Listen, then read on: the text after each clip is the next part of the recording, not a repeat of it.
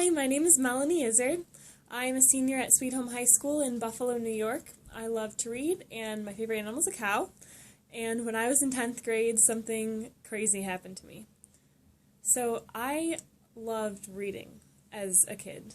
I read all the time, and I wanted to be an author. So I joined a program of the Buffalo News where teenagers write articles for other teenagers.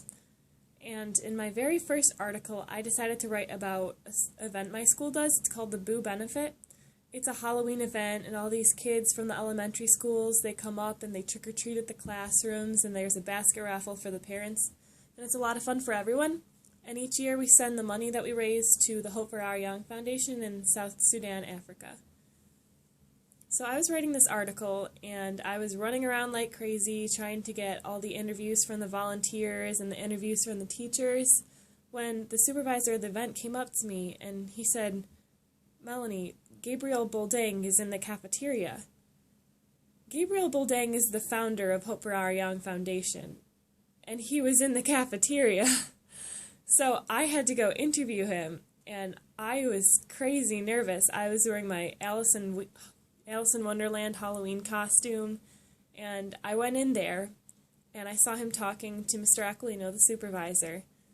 He introduced me to him, and as soon as I shook Gabriel's hand, I knew that was the kind of person I wanted to be. He told me all about how he came from South Sudan and how he was a refugee, and he learned English, and he had an education in Syracuse, New York, and how he just wants to bring it back and help the people in his country.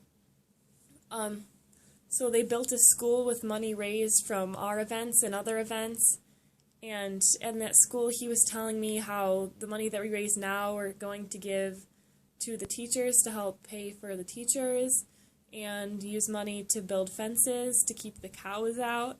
And it was just so crazy to think that there's cows wandering around this brand new school in Africa, and our group helped to build that school for kids to be educated. At that moment, I knew that with my life, I didn't want to be an author. I wanted to change people's lives. I want to help other countries that don't have the education and don't have the resources that we do to become developed and to become better. So talking to Gabriel Boldang, I was incredibly nervous, but afterwards I felt so good about the future because I know that one day I will change the world, just like he did. Thank you.